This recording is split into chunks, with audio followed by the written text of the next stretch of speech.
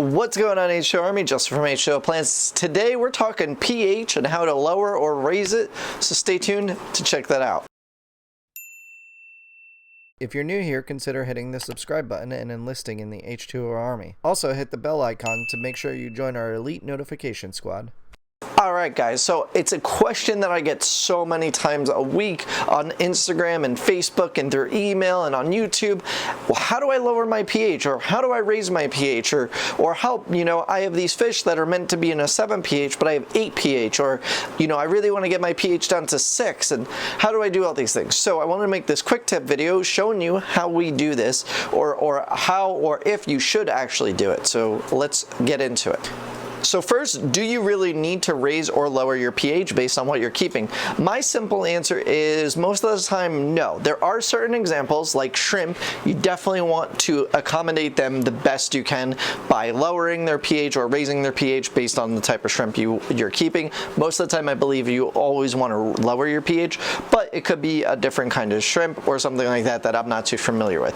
But above all, you want to do your research. You want to make sure that before you get your fish, you can accommodate them accordingly.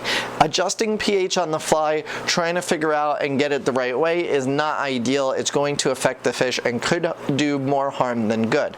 Most of the time, if you're talking about community fish or fish that are readily available at your local fish store, they've been bred and have adapted to a neutral pH or something that would be very similar to what you have in your current tap water. Now, some may have a really high pH, some may have a really low pH.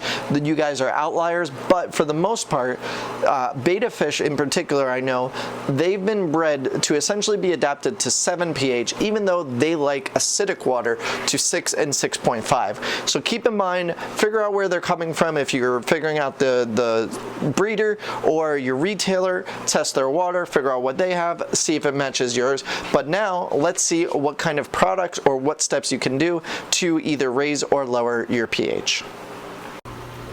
I almost forgot while I was recording this, but it is most important that you keep your pH consistent rather than trying to adjust. You're just going to have way better fish health if you just keep it constant. So despite all of this, if you could keep it at a constant 7.5 or a constant 6.8, just keep it like that. Don't go out of your way to try and adjust it. Trust me, unless it's really far off, like if you need it to be at a 6 and you're at an 8.5, you're good.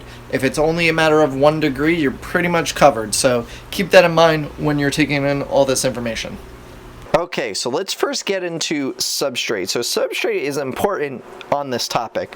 If you want to lower your pH, you need a good substrate that will allow you to do that by buffering it. So here we have ADA aqua soil. This will naturally buffer the substrate and allow you to decrease your water pH. So my pH is at 7. It's a typical neutral pH, and the aqua soil will allow me to get it down easier and allow it to not transition up back to 7 quite easily. So first things first, a good substrate to allow you to do so. So I'm not too familiar with raising pH if there is a substrate that would work, but do your research on your substrate and see what would benefit you.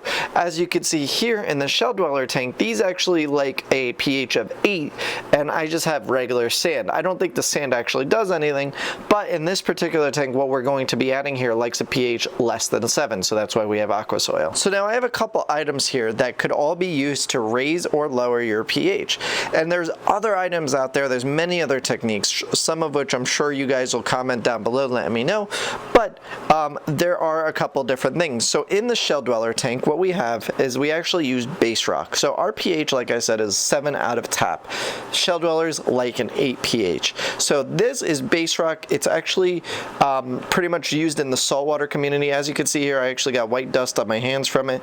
And this is, I think it's pure calcium or just calcium mixed with other things, and that will help raise your pH. So if you're trying to do cichlids or something that requires high pH, you could stick in base rock. You could also use crushed coral, which is very similar, or other things that will raise the pH. There's tons of other items you can look at, but this is just one that I use. You could use a chemical or a a product that is readily available like this.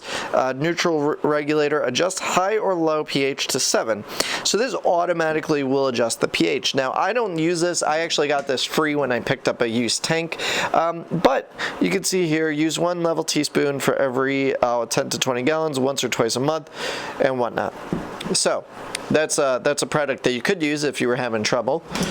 Now to lower your pH or get it less than what it's at, you could use a couple different things. So you could use driftwood, which driftwood will naturally release tannins, which in fact lower your pH. And the amount of driftwood that you add will affect the amount of pH that is reduced. You could also add in cholla wood, you could add in these catappa logs, you could add in Indian almond leaves, which we are now selling in the form of Tandoori leaves. So you could get all these products. We all sell these right here. These two I don't sell, but these I do. And you could use these to lower your pH. Alright guys, and that's the end of the video. Leave me a comment down below. Let me know, do you do any of these things to your pH to adjust it? Do you leave it? Do you have other solutions that other people should check out? Make sure you leave them in the comments below so people can check them out if there's any other suggestions. As well as if you're new here, hitting that subscribe button, share with your friends, and I will see you guys next time. Hey. Let's go. Back.